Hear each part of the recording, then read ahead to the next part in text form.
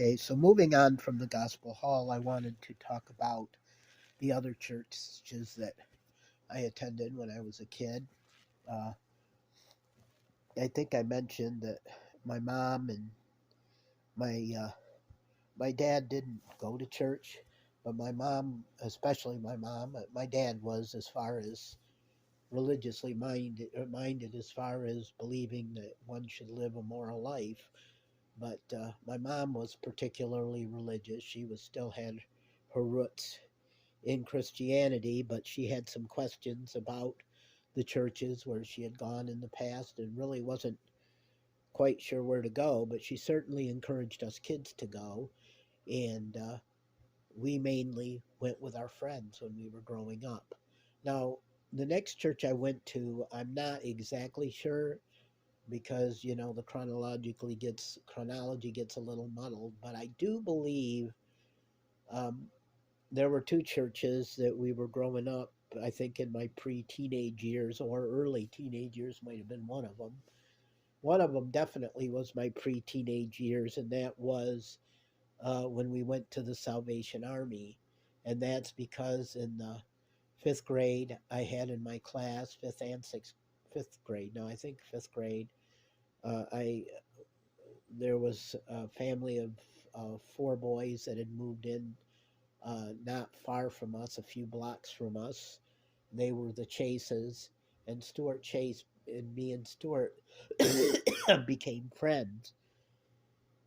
And their parents were highly involved in the Salvation Army and were very serious about their kids going to church there. And so they invited us to go with them, and we did. I don't remember a lot about the Salvation Army experience. Mainly, I remember the songs like I'm in the Lord's Army and Heads and Shoulders, Knees and Toes, Deep and Wide. I remember singing those songs. Jesus is Wonderful. He is the one that I love was another one. And that's about all I remember. And I don't even remember exactly for sure where the Salvation Army was, but I know it was down there by where, in the area, the same area that Toy House was, and Pearl Street, and that side of town. Um, but I couldn't tell you for sure where it was.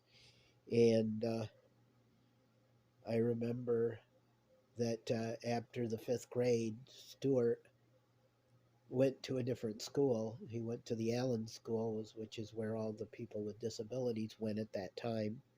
But he didn't. But also kids that didn't have disabilities went there, and he didn't have disabilities. He just ended up going there. I think he went to Amy Firth for a while too, because I think he put on a play there. I don't remember, or maybe he was just visiting. I can't remember. But I do remember Mrs. Chase was very devout. Mr. Chase depicted himself as very devout, and I don't want to judge him, but I do know that he did have some issues, which I won't go into here.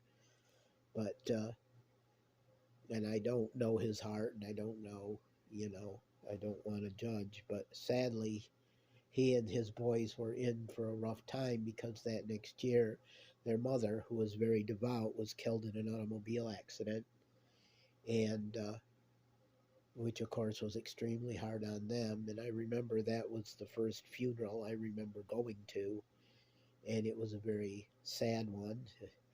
I felt really bad for the kids. And the first time I saw a dead body, but it wasn't the funeral service, but I went for a viewing, was when my great grandfather Brockway, which I had talked about him before, who went to the Loomis Park Baptist Church. He died when he was 98 years old, and I was about 10. And I remember seeing the viewing, and I remember having bad dreams about that. I guess because it was the first time I had seen a dead body.